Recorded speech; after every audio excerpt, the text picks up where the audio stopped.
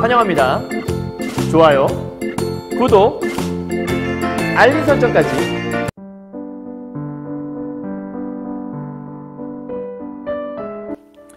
안녕하세요. 경화여고 1학년 학생 여러분, 그리고 전국에서 현대문학을 공부하신 학생 여러분 만나서 반갑습니다. 선생님은 세계 최강국어쌤 조인수 선생님입니다. 자, 오늘 정확히 말하면 현대문학만 강의하는 건 아니고요. 요번에 이제 2024학년도 올해 1학년 학생들이 3월 달에 시험을 봤었어요. 다른 학교 학생들은 아마 3월 달에 시험을 봤을 텐데, 이제 경화여고 학생들이 이번에 4월 초에 수련회 갔다 와서 이제 시험을 치렀죠.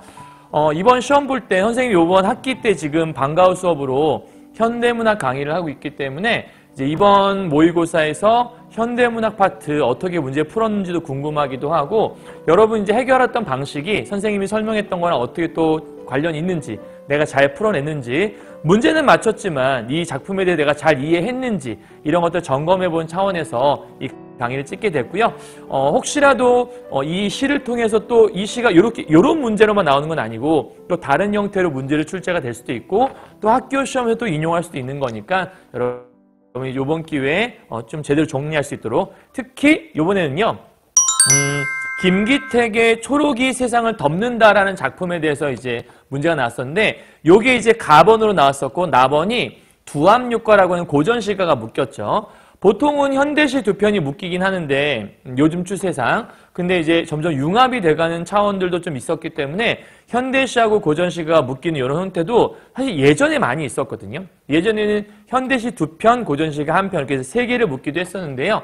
요번에 2학년 언니들 시험 문제가 그렇게 현대시 두 편에 고전 수필이 하나 묶였었고, 1학년은 현대시와 고전시가 하나 묶였더라고요. 그래서 이번 시험을 잘 보니까 고전과 현대를 좀 엮어서 문제를 1학년도 2학년도 출제하려고 했다. 요게 좀 요번에 선생님들이 출제하시면서 포인트를 맞춘 게 아니었나 좀 싶기도 해요. 자, 어쨌든 문제는 잘 풀었을 거라 믿는데, 이번에 보니까 17번 문제가 이 문학 문제에서 전체 모의고사 기준으로 했을 때 오답률이 2위더라고요. 대략 62.7% 정도가 오답이 있었다. 아니, 정답률이 62.7%였다. 아니지, 오답률이 62.7%였다. 이렇게 나와 있던데, 그럼 한 38%만 맞췄다는 얘기잖아요. 뭐가 그렇게 어려웠을까? 문제풀이도 같이 하면서 작품 정리도 하면서 이렇게 좀 해봤으면 좋겠어요. 자, 일단 초록이 세상을 덮는다라고 되어 있으니까 이 작품 어떻게 풀어야 될까 좀 생각을 해보도록 하죠. 우선은 16번 문제 잠깐 보시면 가와 나의 표현상 공통점인데, 여러분 표현상 공통점 우리가 표현상 특징이라고도 하죠. 1번에 대조적 표현을 활용하여, 2번에 명사로 마무리하여, 3번에 수미상관, 4번에 명령적 어조, 5번에 감탄사 나와 있으니까 표현상 특징은 앞에 있는 말들의 줄만 간단하게 쳐놓으시고, 요것 중에 뭐가 해당될까 좀 생각해 보시면 돼요. 자, 한번 시를 보도록 하죠. 우선 보기를 보시고 먼저 좀 해석해 봐야 될 텐데, 문학이라고 하는 건 워낙 해석의 여지가 다분해요. 100명이 읽는다면 100명이 다 다르게 느낄 수 있겠죠. 그런데 사실 학교 시험이라고 하는 것들, 모의고사라고 하는 것들, 중간고사, 기말고사도 마찬가지예요. 선생님들이 출제하는 사람도 있다면 출제할 때 이런 식으로 좀 너희들이 왔으면 좋겠어라고 이제 끌어당기는 요소들이 있단 말이에요. 그러니까 이런 식으로 해석을 하는 게 좋겠는데 라고 소스를 줘요. 그러니까 이 소스를 정확하게 읽으시고 요거에 맞춰서 해석을 해 나가시는 게 문제를 푸는, 물론 이제 현대시를 감상한다라고 할 때는 이렇게 하지 않겠지만, 우리 이제 감상이 아니라 문제를 풀기 위해서 시를 분석하는 말도 이렇게 좀 어울리진 않지만 어쨌든 문제를 풀기 위해서 하는 거니까 이런 식으로 보시면 된다라는 거. 자, 일단 보죠. 사물을 바라보거나 삶을 되돌아보며 사색하는 경험. 그럼 이 시 속에 뭐가 들어있다는 거죠? 기본적으로 사색이라고 하는 거구나. 여러분 사색이란 게 뭐냐면 좀 깊게 생각한다, 이렇게 생각하시면 돼요. 그러니까 지금 사물을 바라보거나 어떤 삶을 생각했을 때 깊게 생각하는 자세가 있는 거죠. 자, 이런 경험을 통해 깨달음을 얻을 수 있다. 그러면 사색을 통해서 뭐 하는 거냐면 뭔가 깨달음을 얻는 이야기인가 봐요. 자, 첫 번째 볼 시, 초록이 세상을 덮는다. 김기택의 시인데, 요 안에 화자는 도시 공간에서 마주한 초록에 사로잡혀. 그렇다면 일단 공간 자체가, 죄송해요. 일단은 안 지워지네. 지워져라. 자, 첫 번째 도시 공간이라는 것이 나올 거고, 그러니까 시 속에 도시 공간이 보일 건가 봐요. 근데 그 속에서 뭘 마주할 거냐면 초록이라는 것들을 사로잡힌대요. 그러면 여러분 사실 초록이라고 하는 건 딱 느낌이 초록초록하다, 뭔가 풀 이런 걸 생각하면 자연이 떠오를 수 있잖아요. 그럼 도시 공간에서 자연을 마주했다라는 건 도시에서 어떤 자연과 관련된 풀을 보고 뭔가 자연과 관련된 뭔가를 발견하고 그럼 자연과 도시라는 건 좀 어울리지 않는데 이게 머릿속에 좀 있어야겠죠. 자, 여기에 사로잡혀 초록을 들여다보면 그것이 지닌 생명. 그러니까 여기 있는 초록을 통해서 말하고 싶은 게 뭔가 봤더니 생명력을 말하고 싶었나 봐요. 그래서 이걸 깨닫고 감탄과 놀라움. 그러면 생명력을 가지고서 뭐 할 거냐면 와 하고 감탄하고 와 하고 놀라움. 그러니까 이런 것들을 이 시에서 읽어내라라고 얘기를 하는 거죠. 그러니까 이거에 맞춰서 읽으면 되는 거고 좀 이따가 이제 두합육과 배울 거니까 그때는 이거에 맞춰서 다시 한번 보도록 하겠습니다. 자, 여기까지 됐죠? 자, 그럼 이제 시를 볼 건데요. 선생님이 늘상 강의할 때만 늘 말씀드리는 건데 낯선 시를 볼 때 중요한 건 시에서 누가 어떠한 이야기를 하고 그 이야기 속에서 뭘 전달하고자 했는가를 생각하시면 시 내용을 이해할 수가 있어요. 그래서 그냥 한편의 이야기가 숨어있다. 요 시 안에 숨어있는 이야기는 뭘까? 서사가 뭘까를 생각해 보시면 돼요. 시에서 보통 문제 많이 출제하는 게 뭐냐면 시적 화자를 표면에 내세워라는 말들을 많이 쓰곤 하거든요. 근데 시적 화자가 표면에 내세워 있다는 얘기는 보통 나나 우리가 딱 들어가 있을 때 얘기를 해요. 그러니까 잘 보시면 여기에 나나 우리를 좀 찾아볼까요? 나나 우리를 봤더니 딱히 보이는 건 없어요. 그죠? 그렇다면 이 시에서 문제를 출제할 때는 시적 화자를 표면에 내세웠다? 이건 어울리지 않을 거예요. 그죠? 그러면 시적 화자가 나오지 않았다는 얘기. 그러니까 나나 우리가 없다는 얘기는 화자가 없다. 이게 아니라 화자가 숨어 있다는 얘기고, 그럼 화자가 숨어 있다는 얘기는 그보다 중요한 뭔가를 좀 더 드러내고 싶다라는 거죠. 그걸 제목에서 캐치하시면 돼요. 제목이 초록이 세상을 덮는다. 그렇다면 제일 중요한 대상은 제목이 초록이라는 것들이. 그럼 어떤 상황이지? 초록이 세상을 덮고 있는 상황. 근데 아마도 지금 현재 도시 공간 속에서 초록을 발견했다고 했으니까 이때 세상이라고 하는 것들은 뭘 포함할 거냐면 도시를 포함하는 세상을 얘기한다고도 생각해 볼 수 있을 거예요. 그죠? 자, 이제 시를 읽어가면서 하나 정리해 보도록 하죠. 잠깐 초록을 본 마음이 돌아가지 않는데요. 그러니까 도시 공간 속에서 아까 보기에 따르면 도시 공간에 있으면서 초록을 봤는데 잊혀지지 않아 이런 거죠. 그러니까 마음이 돌아가지 않는다라는 건 그 본 마음이 사라지지 않아. 그럼 이거는 좀 쉽게 말하면 마음이 사라지지 않는다는 뜻일 건데 사실 마음이 돌아가지 않는 건 본인이 뭔가 의지를 가지고 돌아가지 않는 것처럼 써 있잖아요. 그리고 이제 중요한 포인트가 마음은 여러분 감각적으로 인식할 수 있어요? 마음은 눈에 보이지 않죠? 들을 수 없죠? 맛볼 수 없죠. 그죠? 그러니까 감각적으로 인식할 수 없는 이런 걸 우리는 다른 말로 뭐라고 하냐면 추상적인 개념이라고 해요. 그럼 이러한 추상적인 개념이 있는데 이것이 돌아가지 않는다? 그럼 돌아간다, 안 한다를 우리가 인지하려면 눈에 보여야 되잖아요. 그럼 이게 돌아가지 않는다라는 거는 이 추상적인 개념을 뭐화해 놓은 거냐면 구체화, 다른 말로 시각화해 놓았다라고도 우리가 생각해 볼 수 있겠네요. 그죠? 이해하셨나요? 여러분, 마음이 돌아가지 않아요. 그래서 초록을 본 마음이 돌아가지 않아? 마음이 사라지지가 않네? 잊혀지지가 않아? 뭐 예를 들면 이런 거죠. 너무 잘생긴 사람을 봤어.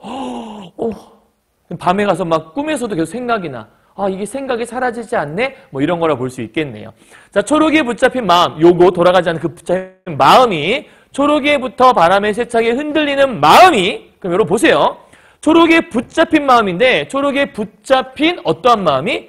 바람의 세차게 흔들리는 마음이. 그러니까 지금 내 마음이 막 두근두근두근 흔들리고 있다는 건데 사실 여기하고 여기를 잘 보시면 똑같은 문장인 것 같은데 가운데 뭔가 좀 더 들어가 있잖아요. 그러니까 문장이 조금 더 길어졌다, 더해졌다라고 볼 수 있기 때문에 이 시는 좀 뭔가 점층이 일어나고 있네. 그러니까 마음에 대해서 구체적으로 설명을 하고 있다는 거죠. 근데 그 마음이 종일 떨어지지 않는다는 거예요. 그게 아까부터 얘기하고 있는 돌아가지 않아요라고 얘기하는 거죠. 여기까지 이해했나요? 자, 그러면 마음이 돌아가지 않는다. 또 밑에 보니까 이러이러한 마음이 종일 떨어지지 않는다. 그럼 여러분 잘 봐요. 여기하고 요 문장하고 여기하고 이렇게 두 개를 연결해 보면 마음이 돌아가지 않아요. 마음이 비리비리 떨어지지 않아요. 그러면 이 문장과 이 문장은 조금 비슷한 문장이죠. 마음이 뭐뭐하지 않는다. 마음이 뭐뭐하지 않는다. 그렇다면 사실은 유사한 통사구조의 반복이 나타난다고도 얘기할 수 있을 거예요. 물론 문제를 풀 때에는 이렇게 자세하게까지 볼 필요 없지만 이제 시험은 다 봤으니까 이 시를 나중에 혹시라도 학교 시험에서 만나게 된다던가 모의고사에서 보게 될 때는 뭐 이런 것도 우리가 분석해낼 수 있다라고 얘기할 수 있는 거예요. 자, 여리고 연하지만 불길처럼 이글이글 휘어지는 초록, 땅에 박힌 심지에서 끝없이 솟구치는 초록, 나무들이 온몸에 진액을 다 쏟아내는 초록. 그러면 초록 초록 초록 세 번이나 반복되잖아요. 그죠? 반복된다라는 건 뭘 형성하게 되냐면 운율을 당연히 형성하게 될 것이고, 반복을 한다는 건 중요하니까 강조를 한다는 것일 거고, 그럼 초록이 중요하다는 얘기겠네요. 그럼 초록이 어떤 거야? 이글이글 휘어져요. 자, 불길처럼 이글이글? 우리가 보통 이글이글은 음성 상징어란 말을 쓸 수 있죠.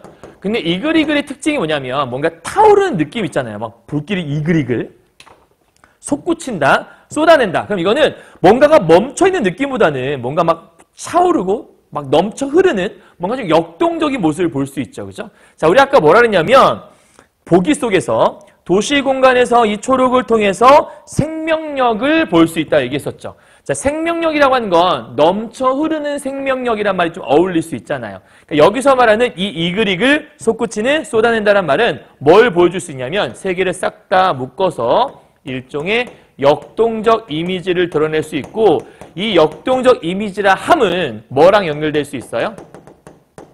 생명력과 연결될 수 있는 거죠. 그러니까 도시공간 속에서 초록을 본 순간 그 초록의 이글이글 거리는 모습, 그다음 뭔가가 솟구치는 것 같은 느낌, 뭔가 쏟아내고 있는 느낌을 통해서 움직임이 활발하게 보이고, 움직임이 보인다는 얘기는 죽어있는 게 아니라 뭔가 살아 숨쉬는 생명력이 느껴졌다. 그럼 사실 도시공간이라는 곳은 뭔가 좀 메마르고 차가운 느낌이 있다면 이 초록을 통해서 그런 생명력의 어떤 느낌들을 볼 수 있다, 이런 거 아닐까요? 넘어가 보도록 하죠. 지금 저 초록 아래에서는 얼마나 많은 잔뿌리들이 발끝에 힘을 주고 있을까? 그럼 여러분 보세요. 지금 초록이라는 걸 통해서 생명력과 역동적인 이미지를 막 설명을 했었는데, 초록 아래에서 잔뿌리들이 발끝에 힘을 주고 있다. 그러면 힘이라고 하는 건 우리가 한문으로 힘력자를 쓸 수 있잖아요. 그럼 이때 발끝에 힘 주고 있는 것도 마찬가지로 얼마나 생명력이 그 안에 꿈틀대고 있을까 정도로 이해할 수 있을 거예요. 그죠? 그렇다면 기억 부분에서 말하고 싶은 건 뭐라고 볼 수 있어요? 막 뭔가가 잔뿌리들이 힘을 주고 있다는 건 생명력을 표현해내기 위해서 얘네들이 막 뭔가 노력을, 영어로 effort라고 하나요? 그죠? 뭔가 생명력을 뿜어내기 위한 뭔가 노력을 하고 있는 모습이 기억 쪽에서 좀 보이고 있는 거죠. 자, 여기서 재밌는 건 얼마나 많은 잔뿌리들이 발끝에 힘주고 있을까라는 얘기는 진짜 궁금하다라는 거예요? 아니면 진짜 힘을 주고 있다라는 거예요? 힘을 주고 있는 걸 이미 아는 거죠. 그러니까 되게 많이 힘주고 있다. 물어보는 형식을 취하고 있지만 사실은 답이 정해져 있는 거기 때문에 이건 우리 다른 말로 서리법이라고도 얘기할 수 있겠네요. 자, 초록은 수많은 수직선 사이에 있다. 여러분, 수직선이라고 하는 건 직선인데요. 이게 무슨 의미일까? 수많은 수직선 사이에 있는데 수직선들을 조금씩 지우며 번져가고 있다. 여러분, 중요한 포인트가 있어요.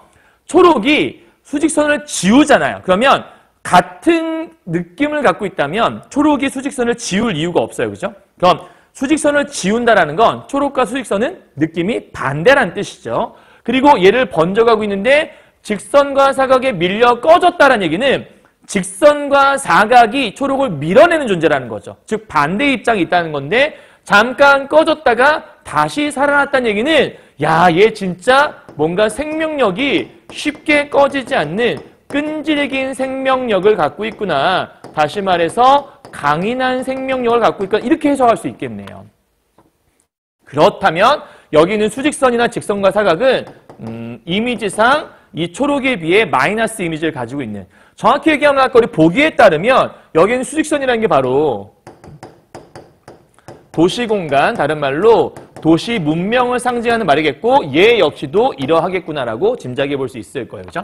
그러니까 도시공간 속에서 초록을 발견했어. 사실은 도시공간이 더 크겠죠. 더 넓은 범주일 건데 그 안에 초록이라는 것이 점점 얘를 밀어내기도 했다가 또 어느 순간 또 밀리기도 했다가 다시 또 강하게 살아나기도 했다가 이런 걸 얘기하고 있다 볼 수 있겠네요. 그 다음 밑에요. 흙이란 흙은 도로와 건물로 모조리 딱딱하게 덮인 줄 알았는데, 그럼 여러분 보세요. 하나 체크할 게 있는데 시를 볼 때 제일 먼저 눈에 딱 들어오는 건 이미지여야 하거든요. 앞쪽에서 초록이라고 하는 건 색깔이니까 시각적 이미지, 색채 이미지가 있었죠. 근데 여기에 딱딱하게란 말 있잖아요. 그럼 딱딱하게는 뭐죠?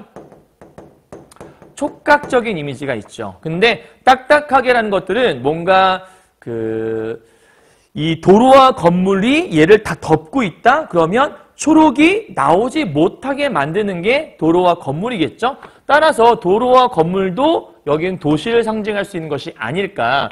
그렇게 덮인 줄 알았는데, 그럼 이건 전환이잖아요.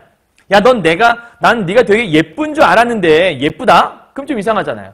예쁜 줄 알았는데, 좀 뭔가 이상해. 그럼 반대말이 나와야겠죠. 이런 줄 알았는데, 이렇게 많은 초록이 갑자기 일어날 줄은 몰랐다는 거예요. 그러면 갑자기 일어났다? 자, 그럼 무슨 역을 얘기하는 거죠? 다시 한번 생명력을 얘기하는 거죠. 그래서 지금 현재 초록이 세상을 덮은 상태에서 밀어내기도 했다가 다시 일어나는 모습을 보여주고, 이걸 내가 몰랐다라는 얘기는 이제 알았네 이런 뜻이잖아. 그럼 몰랐다가 두 번 반복되는 거 보면 이제는 알겠다라는 거니까 여기서 보기에서 얘기한 아하 하는 뭐예요?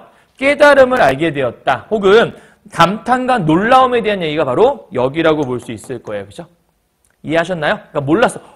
그런 거였구나. 그래서 밑에 아무렇게나 버려지고 잘리고 갇힌 것들이 짜투리 땅에서, 짜투리 땅이라는 것도 사실 좁은 땅을 얘기하는 거니까 이러한 도시 문명 속에서 이렇게 크게 세상을 덮을 줄을 몰랐다라고 얘기하는 거니까 결국은 도시 문명 속에서 죽은 줄 알았다가 다시 살아나는, 그럼 여기서 덮인 줄 알았는데라는 얘기는 나는 죽은 줄 알았는데라는 죽음의 이미지를 얘기한다고 볼 수 있겠고, 이러한 죽은 줄 알았었는데 다시 살아난다. 와, 생명력이 대단한 존재가 있구나. 즉, 이 자연의 끈질긴 생명력, 놀랍다라는 것들을 얘기하고 있는 것 같네요. 자, 마지막 넘어갑시다.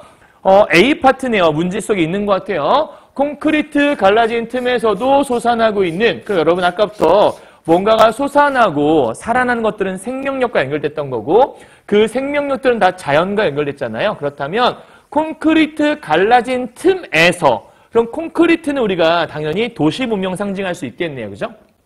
그럼 이러한 도시 문명 가운데에서도 여전히 솟아나고 있는 생명력을 얘기하고 있고, 솟아난다는 것들은 하강이 아니라 상승적 이미지라고도 얘기할 수 있을 것이고요. 그죠? 솟아나고 있는 저돌적인 고요. 그럼 이 고요라고 하는 것들은 초록의 성질이라 볼 수 있겠고요. 단단하고 건조한 것들, 마찬가지 도시 문명 속에서도 옮겨 붙고 있는, 다시 한번 얘기하지만 옮겨 붙었다는 얘기는 퍼져나간다는 것이니까 생명력에 관한 것들, 이런 것들이 저 촉촉한 불길. 재밌는 표현이네. 촉촉한 거는 촉각인데 불길은 촉촉한 불길이니까 불길을 우리가 시각적으로 느낄 수 있잖아요. 이거는 촉각이라고 볼 수 있겠고, 그죠? 그렇다면 불길을 촉촉하다고 표현한 거니까 시각을 어떻게 표현한 거죠? 시각을 촉각화해서 이렇게 표현했다라고 얘기할 수 있겠네요.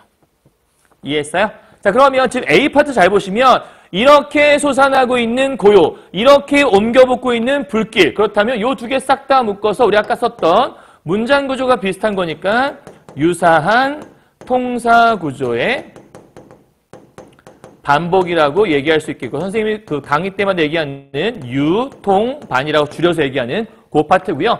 사실 이걸 좀 간단하게 표현 기법으로 말하자면 구조가 대응된다고 얘기해서 대꾸법이다라고도 얘기할 수 있을 거예요. 이해하셨나요?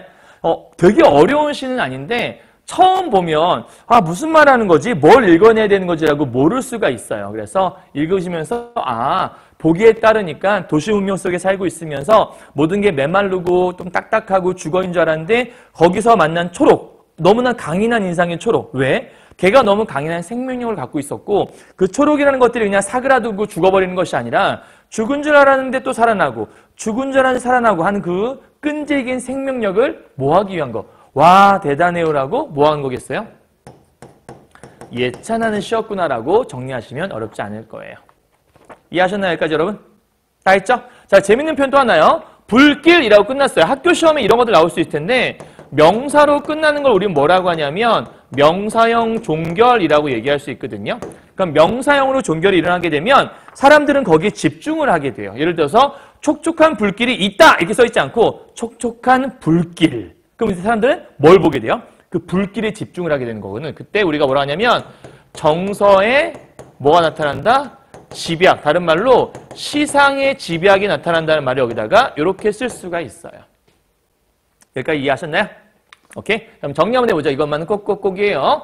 자, 주제는요. 삭막한 도시 공간에서 느끼는 자연의 위대함에 대한 것들을 표현하고 있다. 무슨 말인지 이해하셨겠죠? 그러니까 지금 현재 자연과 도시 문명이 조금 반대를 이루고 있는 상황 속에서 삭막해 보이기만 하는, 이때 삭막함은 당연히 죽음의 이미지가 강하고 생명력이 소실되어 있는 그런 세상 속에서 야, 자연이라는 게 이렇게 끝까지 살아남는 끈질긴 생명력을 갖고 있구나, 위대한 걸이라고 놀라움과 감탄을 느끼고 있는 작품이구나.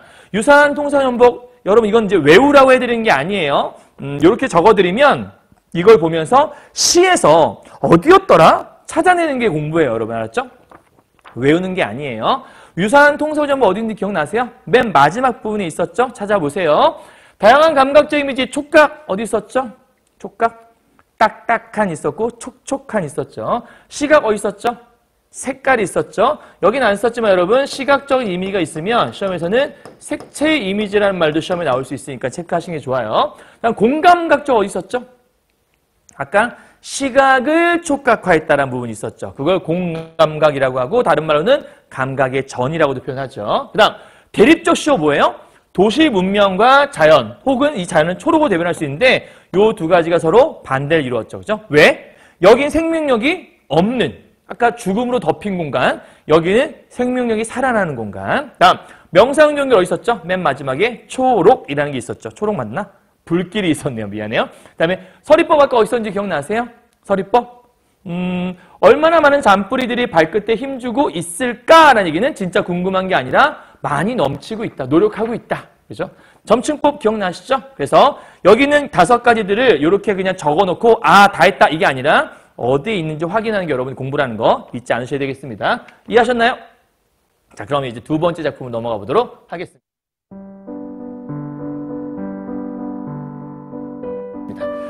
두암육가라는 작품인데요. 여러분 고전 시간은 제일 중요한 게 읽을 수만 있으면 끝나요. 고전 시간은 읽을 수 있으면 끝나거든요. 근데 문제는 읽을 수 없으면 이제 문제가 생겨요. 그래서 고전 시가 읽을 때 제일 중요한 건 어휘를 좀 알고 계셔야 되고요. 현대시에 비해, 현대문학이 현대 운문에 비해서 우리말처럼 써 있는데 우리말이 아닌 외계어처럼 보이는 약간 영어 단어 외우듯이 머릿속에 이미 있어야 될 단어들이 좀 존재해요. 제일 쉬운 것 중에 하나가 뭔지 하면 요런 거거든요. 일단 하나 체크하고 넘어갈게요. 두암육가는 뭐가 있냐면 백발을 바라보며 현재의 처지를 한탄했다. 그럼 백발이 상징하는 건 머리가 언제 하얘지죠? 늙으면 하얘지죠. 그러니까 우리는 이제 뭘 볼 거냐면 백발이라는 소재에 관련된 것들이 아마 늙음에 관한 얘기를 하지 않을까. 근데 이 백발, 즉 늙음에 대한 것들을 뭐 할 거냐면 한탄하는 게 이 안에 들어있을 거예요. 그리고 그치지 않고 지난 삶을 돌아보며 깨달은 바를 젊은이에게 전달하고 있다. 그렇다면 이 늙은 사람이 누구한테? 젊은 이에게 깨달은 바를 전달하는 걸 다른 말로 아, 이러네. 야, 너는 이렇게 하도록 해. 라고 뭘 주겠어요? 일종의 훈계 혹은 교훈을 주는 이야기가 아닐까라 생각해 보시고 시를 보시면 될 것 같아요. 자, 늙음과 젊음을 잊지 않으시면 될 것 같아요. 제목이 두암육가잖아요. 그러니까 몇 개겠어요? 육가니까 6개가 있겠죠. 그래서 여러분 작품을 보시면 1수, 2수, 3수, 4수, 5수, 6수가 써있죠? 자, 그 다음 여러분 이제 뭘 알아야 되는 거냐면 잘 보세요. 이런 걸 얘기하는 건데 어저 내일이야. 그럼 여러분 이제 고전 시가를 못 하시는, 그러니까 고전 시가를 잘 못 읽어내시는 분들은 어저부터 막혀요. 어저 이게 뭐지? 사실 모르고 넘어가도 괜찮을 수 있긴 하지만 문제 속에 물어볼 수 있기 때문에 현대시에서는 뭐 이런 거 있단 말이에요. 감탄사가 보통 제일 많은 게 아잖아요. 아, 감탄사. 근데 고전 시가에는 감탄사가 다양해요. 대표적인 게 어저라는 것들. 저 어저가 뭔데요? 현대어의 아와 똑같은 거예요. 아, 내일이야 이런 거예요. 선생님 세 번째는 어우와는 뭐예요? 어우와도 아와 똑같은 말이에요. 또 이런 말도 있어요. 어즈버라는 말이 있어요. 근데 어즈버가 뭐예요? 그것도 아라는 거예요. 이해하셨나요? 그러니까 고전 시가 속에서 등장하는 같은 사례로 현대어에서는 뭐뭐하는 구나라는 말이 감탄형 어미인데 고전 시가 속에서는 뭐뭐로다란 말, 그러니까 여러 가지 어미들이 감탄을 나타낸다. 그래서 고전시가에 주로 쓰이는 어휘들은 머릿속에 갖고 있으면 시 해석에 좀 더 도움이 되는 거죠. 자, 정리 잘 하셔야 돼요. 세 줄밖에 안 되지만 이 세 줄 해석하지 못한다? 그럼 내가 고전시가가 많이 부족하구나? 그럼 어떻게 해야 돼요? 좌절할 게 아니라 이런 강의 보시고 어휘 익히시고 다른 시에 적용해 보시고 이런 걸 하시면 되겠습니다. 이해하셨죠? 경화여고 학생들은 선생님이 이제 여름방학 때나 이제 올해는 여름방학이 좀 짧아서 2학기 때 고전문학 강의할 건데 그때 이제 강의를 들어보시면 선생님이 고전 어휘를 100개에서 150개 정도 알려드리고 그 다음 시 읽는 법을 직접 알려드리니까 고전문학 강의에서 뵈면 될 것 같고요. 이미 2, 3학년 학생들 많이 이제 선생님 강의 들어서 알고 있을 거라 믿지만 많이 까먹었더라고요. 여러분 다시 한번 정리하세요. 자, 어저 내일이야. 아, 내일이야. 무슨 일 하다 하고. 자, 이런 것도 여러분 알아둬야 돼요. 하다. 이게 내가 뭘 했지? 이게 아니라 요때 하다는 영어의 many, 많다라는 뜻이에요. 그러니까 고전어휘 중에 하다는 많다와 크다라는 뜻을 갖고 있거든요. 그럼 이거 해서 어떻게 해야 돼요? 내일이야. 내가 무슨 일이 이렇게 많다 하고. 무슨 말 이해했어요? 그러니까 정확히 말하면 많다고가 내가 무슨 일을 그렇게 많이 했다고 정도로 해석하시면 되거든요. 이게 하고가 내가 도대체 뭘 그리 많은 일을 했다고. 그러니까 내가 지금 늙은 사람이라고 얘기했잖아요. 내가 그동안 얼마나 내가 많은 일을 하며 살아왔다고. 그렇게 많은 일을 하면서 굳은 이 다 빠지고 검던 털이 휘어버렸네? 그럼 보세요. 굳은 이가 빠졌다. 이는 언제 빠지죠? 아이 때 빠지죠. 일단 유치가. 근데 보통 이제 나이가 들면서 이가 빠지고 임플란트도 하고 이제 틀니도 끼고 이렇게 하게 되잖아요. 그럼 여기서는 당연히 유치를 얘기하는 건 아닐 거고 아까 우리 늙음이라고 얘기했었으니까 나이가 그만큼 들어버렸다라고 하는 거죠. 그럼 여기에 담긴 심정은 뭐겠어요? 나 언제 이렇게 나이가 들어갔고 내가 그동안 뭐 얼마나 많은 일 했다고 벌써 굳은이도 다 빠져버리고 내 머리털이 휘어져 버렸네. 이 검턴털이 휘었네가 바로 아까 얘기하는 백발을 얘기하는 거겠죠. 그죠? 그럼 이 두 번째 좀 말하고 싶은 건 뭐냐면 내가 언제 이렇게 늙어버렸어? 이 늙음을 뭐하고 있는 거예요? 한탄하고 있는 거죠. 그런데 재밌는 건 굳은이 빠지고 검던 털은 휘었네. 그럼 요 문장과 요 문장이 좀 비슷해요. 그죠? A가 B하고 A가 B하다. 그래서 고전 시간은 한 줄 안에서도 대꾸가 일어날 수 있어요. 현대시는 보통 위아래가 대꾸잖아요. 근데 고전 시간은 한 줄 안에서도 쪼개져서 들어갈 수 있다는 거 체크하셔야 돼요. 자, 그럼 굳은이라고 하는 것들은 뭘 얘기하겠어요? 굳은이나 검던 털은 전부 다 젊음을 상징하는 말이겠죠. 굳은이는 이렇게 단단한, 튼튼한 이란 뜻일 거니까 요 앞에 있는 것들은 젊음. 근데 이게 빠졌다라는 것들은 뭐 해버렸다? 늙었다. 이렇게 여러분 생각하시면 어렵지 않을 거예요.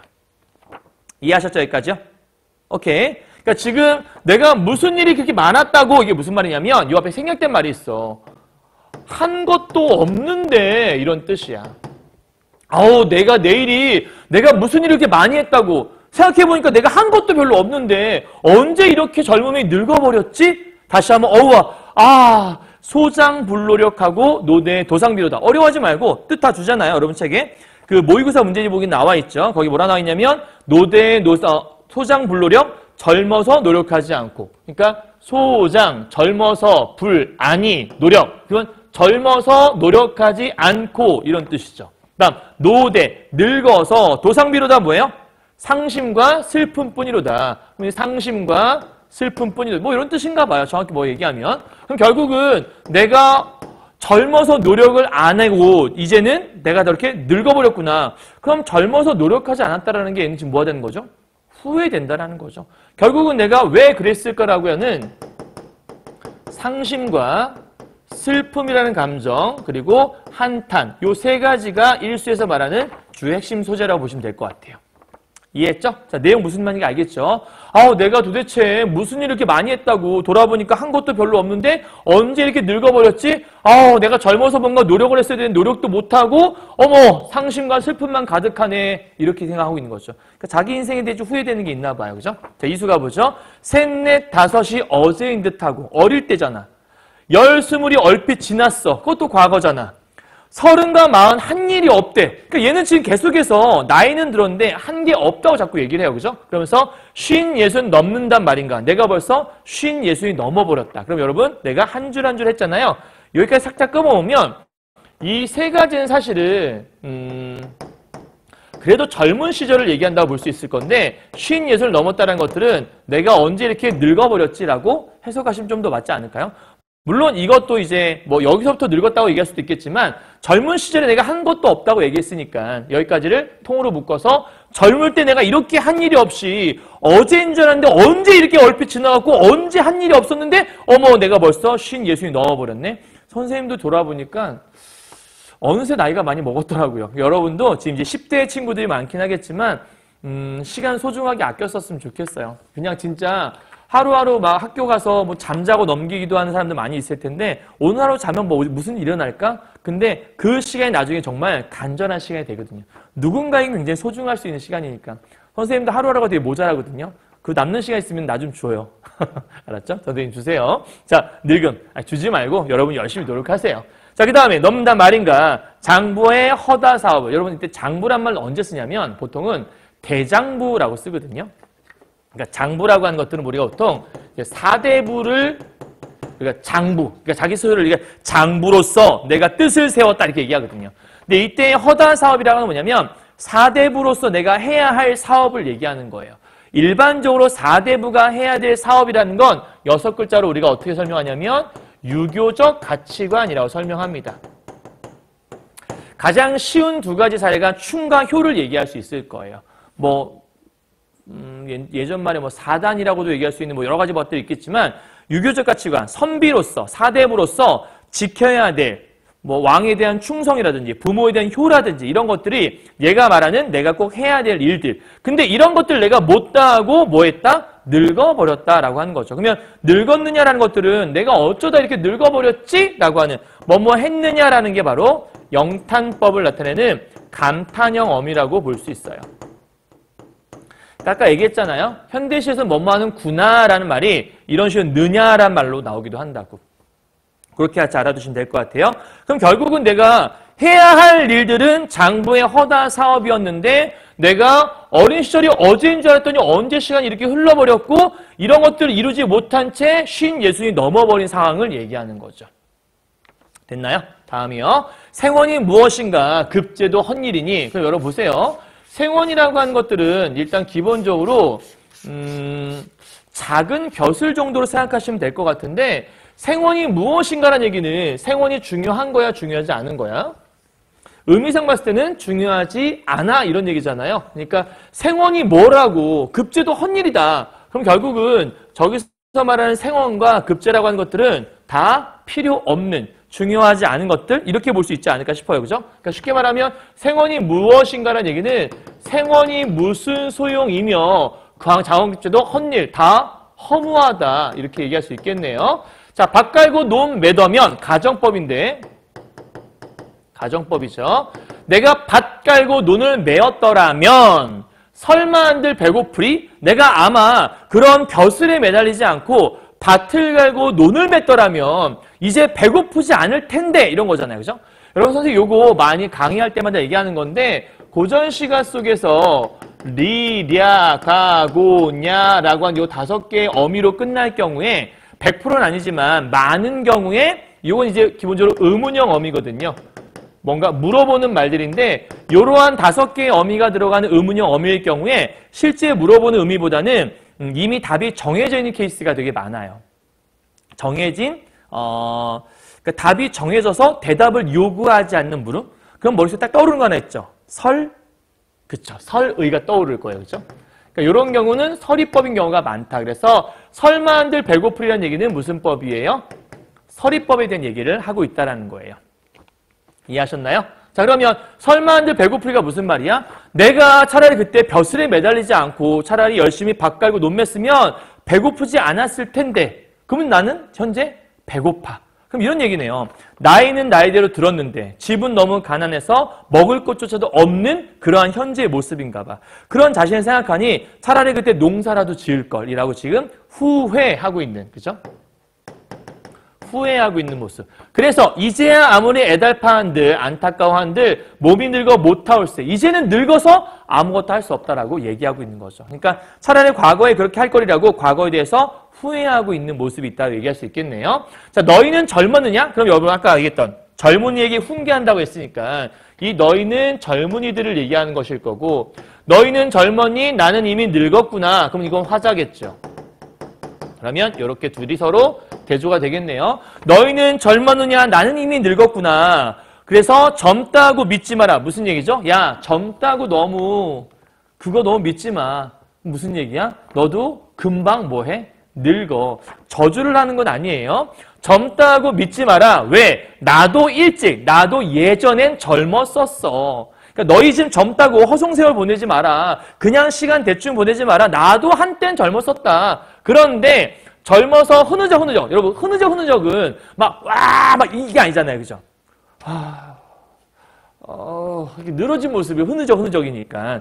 그럼 흐느적은 힘이 없는 문어처럼 무기력한 모습을 얘기할 것이고 이렇게 무기력하게 지내다가 늙어지면 거짓것이 이때 거짓이란 것들은 참 허무하다 혹은 허망하다 이런 뜻일 거야. 여러분 책에 아마 써 있을 거예요. 거짓말처럼 허망하다 써 있으니까. 여기서 말하고 싶은 건 뭐죠? 야, 너 지금 젊다고 지금 과신하지 마. 그거 금방 훅 간다. 너 그냥 젊으면 한때야. 나도 젊었었어. 근데 그렇게 무기력하게 지내다가 어느 순간 나처럼 이렇게 늙어버릴 거야. 너 나 되고 싶어? 너의 미래의 모습은 나다. 이렇게 얘기하고 있는 거예요. 그죠? 그러니까 정신 바짝 차리라고 얘기하는 거죠. 자, 마지막 갑시다. 재산인들 부디 말며 과갑인들 마다할까? 여러분 재산이라고 하는 건 돈을 얘기하잖아요. 과갑이라고 하는 게 뭔 뜻이냐면 과갑은 비슷한 뜻이지 않을까? 과갑은 과거에 급제하는 걸 과갑이라고 하니까. 그러면 재산인들 부디 말며 과갑인들 마다하랴. 그러니까 뭔 얘기냐면 누가 재산 싫어하겠니? 과거 급제 누가 마다하겠어. 그래서 밑에 보세요. 재산이 유수하고 과갑은 귀찮으니. 재산은 운수가 있어야 되고 과거 급제 하늘에 달렸다. 무슨 얘기죠? 이거는 모든 것은 전부 다 운명이다 이런 얘기잖아. 이걸 우리가 다른 말로 운명론적 가치관이라고 하는데 돈을 싫어하는 사람이 어디 있겠니? 나도 돈 좋아해. 과거급제 싫어하는 사람 어디 있겠니? 나도 과거급제 좋아해. 그런데 그러한 재산이 유수하고 과갑은 제천한다는 말 무슨 말? 그러한 과거급제나 재산은 다 운수가 있어야 되고 나한테 운명으로 주어져야 하는 거야. 여기에 숨은 게 뭔 것 같아? 나한테 주어지지 않았다는 의미가 담겨있는 거 아닐까? 그럼 결국은 윗줄에서 말하고 싶었던 건 나도 이런 걸 다 좋아한다. 나도 재산과 과갑 마다하지 않았다. 그런데 그건 다 운명에 따른 거더라. 그럼 어떻게 해야 돼? 밑에 보죠. 하오면 못할 리 없기는 이게 무슨 얘기냐면 하고자 하면 못하지 않을 것은 이런 뜻이에요. 그러면 정리해보죠. 내가 하고자 마음 먹으면 할 수 있는 건 이런 얘기죠. 그러니까 하오면 못할 리 없다. 그러면 못하는 게 없다는 얘기는 할 수 있다는 얘기잖아. 그러니까 정리하면 내가 하고자 마음 먹으면 할 수 있는 게 하나 있다라는 거야. 그러니까 나머지는 다 운명인데 내가 하고자 마음 먹으면 할 수 있는 게 있다는 거지. 그게 뭐야? 바로 그게 착한 일이라고 하는 거야. 그럼 이 착한 일이라는 게 뭐지? 착한 일은 내가 할 수 있는 가장 좋은 일. 근데 아까 앞에서 내가 뭔가 이루려고 했던 일이 있었잖아. 그게 뭐였더라 얘들아? 앞에서? 어딨지? 요거. 장부의 허다 사업이 있었잖아. 그치? 그러니까 요게 위에서 말했던 그 장부의 허다 사업을 얘기하는 거죠. 아까 얘기했던 유교적인 가치관들을 얘기한다고 볼 수 있는 거죠. 그러니까 이렇게 얘기하는 거예요.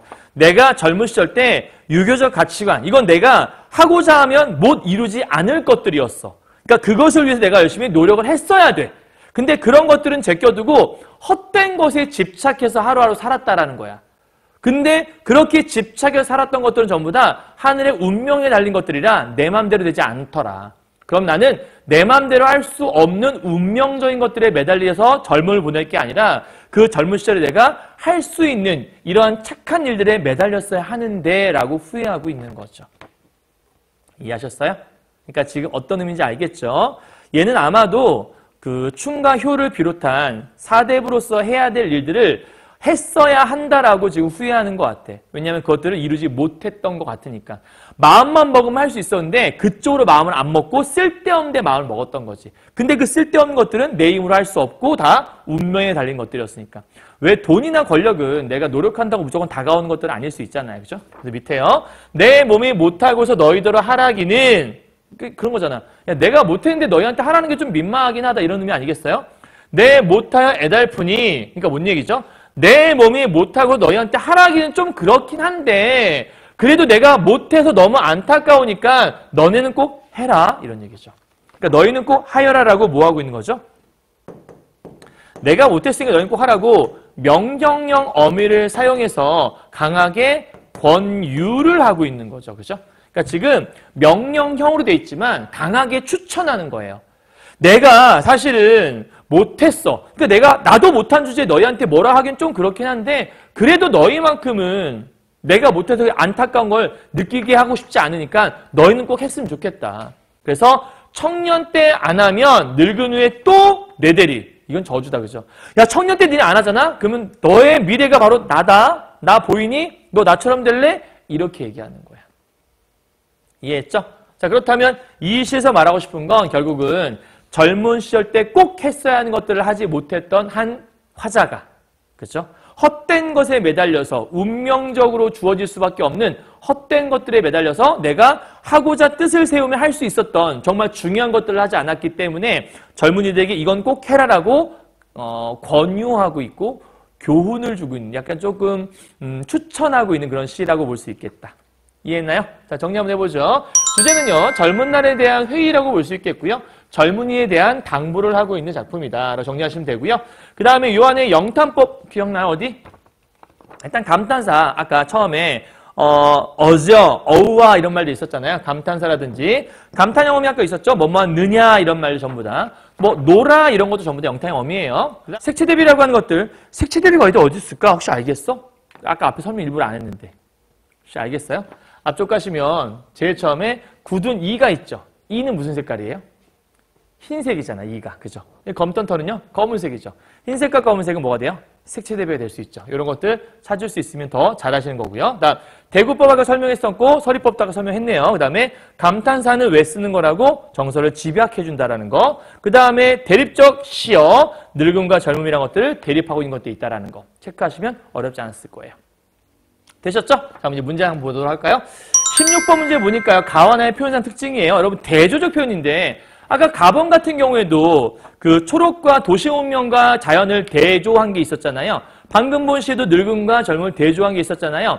여기 팁을 하나 주면 보통 시에서 대조적인 표현이 되게 많이 등장하는데 대조가 나오고 대립적인 시어가 나오게 되면 대개는 시험의 출제 포인트가 돼서 정답의 확률이 되게 높아져요.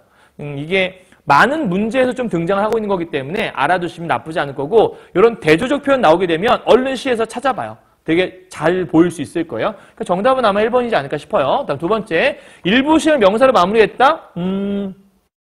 이건 아까 가번에 맨 마지막에 불길이라고 했던 거 거기는 맞는 것 같아. 근데 나번 같은 경우에는 다 서술어로 끝났으니까 명사로 끝난 게 없죠. 땡. 나번은 안 돼요. 3번에 수미상관. 수미상관은 무조건 안 되겠죠. 왜냐하면 처음과 끝이 똑같아야 되는 거니까. 네 번째, 명령형 어조를 사용해서 화제의 의지를 표출하고 있다. 명령형 어조가 일단 나번은 그럴 수 있겠는데 가번은 없죠. 안 되겠네요. 5번이요. 감탄사가 나번에 있었죠. 대상에 대한 예찬이다. 이때 감탄사는 예찬은 아니었죠. 왜냐하면 하는 건 한탄이었으니까 이거는 얘가 틀렸네요. 쟤는 맞을 수 있겠지만. 그리고 가번 같은 경우는 감탄사 또 없으니까 이건 나에만 해당되는 거라 볼 수 있을 것 같아요. 이해했죠? 자, 17번이요. 요게 이제 여러분이 오답률이 좀 높았던 건데 오답률 요번에 2위였던 것들. 왠가 봤는데 보죠. 1번부터요. 가에 잠깐 초록을 본 것과 검던 털이 하얘진 모습을 보면서 사색을 시작하는 계기. 그렇죠. 도시 문명 속에서 초록이 딱 보이면서 저걸 보니까 내가 정말 생각이 지워지지 않아. 아까 이거는 내가 언제 이렇게 늙어버렸지? 하는 거니까 여기서부터 시작을 하는 거죠. 이거 틀린 말 아니겠네요. 2번이요. 초록에 붙잡힌 마음은 초록에 매료된 심리를 발끝 밭갈고 논 매더면 설마는 배고프리. 농사 지을 걸 젊을 때 넉넉지 않은 현실을 초래한 지난 삶에 대한 아쉬움. 그렇잖아요. 그죠? 틀린 말은 아닌 것 같지 않아요? 그러니까 지금 초록에 매료된 심리를 드러내는 것 끝났고 그 다음에 밭 깔고 이것들은 나 그때 그랬으면 좋았을 텐데 내가 왜 그때 농사 안 지었지? 하는 아쉬움이니까 이건 매료된 심리, 이건 아쉬움, 틀린 말 아니라 볼 수 있겠죠? 자, 3번이요. 가의 수직선들을 조금씩 지우면을 통해서 도시공간 균형, 여러분 이게 균형이에요? 아니면 몰아내기를 원하는 거죠? 이 지우는 건 쟤를 몰아내는 거지 균형을 맞추는 게 아니잖아요. 그렇죠? 그러니까 누가 봐도 답은 3번이 되지 않을까요? 들고는 또 내 대리는 젊은이가 과오를 저지르지 않기를. 그러니까 얘는 맞겠죠. 너는 나처럼 되지 말아라는 거니까. 근데 앞에 쪽이 어울리지 않는 거니까 균형은 땡 이렇게 보시면 될 것 같아요. 어렵지 않죠? 자, 4번 거 여러분 보시면 될 것 같고요. 다음 18번 문제인데 A에 대한 거 요거네요. 아까 유사한 통사조환보. 요거는 적절한 게 1번 지시표현. 여러분 지시표현은 뭐 이그저를 생각하시면 돼요. 이거, 그거, 저거. 여기 지시표현 있나 봤더니 자, 저가 나오긴 하는데 이걸 사용해서 대상에 대한 화자의 심리적 거부감. 이게 저 촉촉한 불길, 저 고요. 이 불길과 고요는 아까 뭐였죠? 초록이라고 하는 뭔가 생명력에 관한 것들이었잖아. 근데 그걸 얘는 거부하지 않지. 오히려 그걸 더 좋아하는 거니까 얘가 틀렸네요. 2번이요. 유사한 문장 구조 반복. 그쵸? 얘랑 비슷하죠? 역동적 이미지. 막 타오르는 불길, 저돌적인 건 막 충돌하는 거니까. 그럼 누가 봐도 답은 2번 아닐까? 그죠? 너무 쉽네요. 3번. 점층적인 표현은 여기엔 나와 있지 않아요. 그죠? 비슷한 문장이니까. 4번. 하나의 문장을 두 개의 시행으로. 여러분 문장 하나인데 이거를 하나를 밑으로 쪼개는 거예요. 그걸 우리 다른 말로 뭐라 그래요? 행을 한 행인데 얘를 이렇게 밑으로 내려요. 옮겨 붓고 있는 이렇게 내리는 거예요. 그러면 내리면 그걸 우리가 행간에 걸쳐 있다고 해서 행간 걸침이라고 하는 걸 이렇게 풀어 설명할 수 있다는 거예요. 5번째. 모순된 표현은 역설 얘기하는 거니까 이거는 역설과 관계가 없죠. 그죠? 역설은 말 자체가, 그러니까 문장 자체가 말이 안 돼야 돼요. 예를 들면 차가운 열정 이런 것처럼. 그러니까 말이 안 되는 것들. 되셨나요? 자, 19번 가보도록 하죠. 나에 대한 이해예요. 나는 우리 좀 전에 봤던 두합육가 얘기였죠. 일수의 어저 내일이야. 내일이야 하는 한탄은 이수의 장부의 허다사업을 못한 데서. 그죠? 왜 한탄이었죠? 그때 그걸 했어야 되는데 라는 거였으니까 틀린 말 아닌 것 같아요. 그죠? 1번은 적절한 걸 볼 수 있겠고. 다음 2번이요. 노대의 도상비로다. 이거 아까 슬픔과 상실감 있던 거잖아요. 이 애상감은 늙어지면 거짓이로군. 아까 허망하다고 얘기했으니까 연결되는 말이라고 볼 수 있겠네요. 3번이요. 이수의 30말 한 일 없이 담긴 반성은. 그러니까 내가 한 게 없다고 아까 얘기했잖아요. 젊을 때. 그것은 젊어서 흐느적흐느적 무기력한 거니까 무기력하게 보내지 마라고 한 걸로 이어진다. 틀린 말 아니겠죠. 4번이요. 이제 아무리 애달픈들과 육수의 내 못하여 애달프다는 세월의 무상감에서 벗어나고자 하는 심리. 여러분 얘가 지금 세월의 무상감에서 벗어나고 싶은 거예요. 자기는 이미 무상감을 느꼈기 때문에 너는 그러지 마라고 얘기하는 거예요.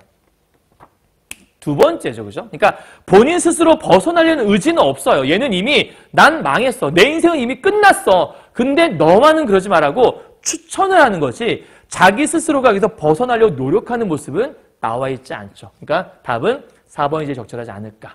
5번은 착한 일은 권유한 내용이니까 틀리면 아니라 볼 수 있겠죠. 그죠? 그러니까 오해하면 안 돼요.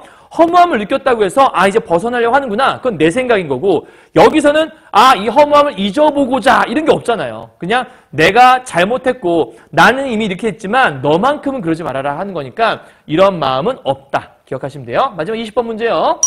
기억과 니은인데 기억이 아까 뭐였냐면 굉장히 길었죠. 초록 아래에서 잔뿌리들이 힘주고 있는 모습이었고 니은은 아까 모든 것은 운명이다 이런 얘기였거든요. 자, 기억엔 화자의 대상을 화자의 애정. 애정이라고 아까 볼 수 있는 게 뭐냐면 일단 잔뿌리들이 힘을 주고 있는 건데 그게 애정인가? 일단은 뭐 대상에 대해 긍정적인 의미가 있으니까 애정이라는 게 뭐 틀렸다라고 얘기하기는 좀 그렇긴 하지만 어쨌든 있다 치고 그럼 니은이요? 청잘량 화자의 원망. 니은이 아까 뭐였냐면 모든 건 운명이다라고 했는데 모든 게 운명인데 화자가 누구를 원망하겠어요. 그죠? 이건 나한테 전혀 운명인 건데. 그러니까 청자를 원망하는 게 아니니까 얘는 틀렸네요. 그죠? 2번이요. 기억에는 화자와 대상 간의 이질감. 아까 잔뿌리들이 힘주고 있는 거니까 이거는 얼마나 초록색들이 이렇게 생명력이 넘쳐 흐르는가에 대한 얘기이기 때문에 이건 조금 그죠? 그 다음에 거부감 같은 경우에는 니은에서 운명이다라는 건 내가 받아들이는 거죠. 이미 어쩔 수 없다라는 거니까 이것도 조금. 3번이요. 감춰진 진실에 대한 화자의 회의. 회의는 뭔가 과거를 후회하는 마음이 더 크거든요. 근데 후회하는 건 아니에요. 4번이요. 힘의 근원에 대한 화자의 상상이, 그쵸? 일단 기본적으로, 저기에 얼마나 많은 생명력이 넘쳐 흐를까? 상상은 있겠네요. 뜻대로 되지 않는, 이게 운명이잖아요. 그럼 답은 몇 번이에요? 4번이네요. 그죠? 그냥 5번은 읽어보시면 되는 거고. 너무나 간단하게 끝이 났습니다. 됐나요? 자, 오늘 선생님하고 지금 현재 그 현대시하나 고전시가 있었는데, 요게 문제 풀 땐 이렇게 오랫동안 보시면 안 되는데요. 지금 여러분이 이제 문제를 풀었으니까 혹시 내가 이 시를 잘 이해했었는지를 한번 확인해 보라는 차원에서 강의를 찍어드린 거고요. 그리고 또 하나 이제 포인트는 고전시가 되게 어려웠을 거니까 요렇게 읽어낼 수 있어. 근데 이건 이제 연습을 하시면 지금보다 선생님 이제 지금 설명하느라 이렇게 길었던 거고 혼자 연습을 하시고 계속 훈련을 하시면 선생님하고 지금 선생님이 봤던 것처럼 여러분도 그냥 술술술 읽으면서 읽어낼 수 있어요. 그러니까 어려운 거 아니니까 사실 시간이 좀 걸리는 것뿐이지 어려운 건 아니에요. 그래서 여러분도 노력해 주시면 충분히 다 할 수 있다. 그리고 마지막 시에서 두압육과가 주는 교훈, 젊은 시절을 낭비하지 말고 여러분 화이팅! 그렇죠? 화이팅! 힘을 내서 살아라. 요거 잊지 마시고 힘내서 하셨으면 좋겠습니다. 이번 중간고사 잘 준비하시고 요거는 이제 중간고사 범위엔 들어가지 않지만 3월달 시험 여러분 보고 나서 꼭 오답노트 하라는 의미에서 해드리는 거니까 잘 보시고 틀렸으면 내가 왜 틀렸는지 꼭 확인하시는 그런 수업이 되었으면 좋겠습니다. 여러분 고생하셨고요. 다음번에 또 다른 강의로 뵙겠습니다. 여러분 수고하셨습니다. 안녕!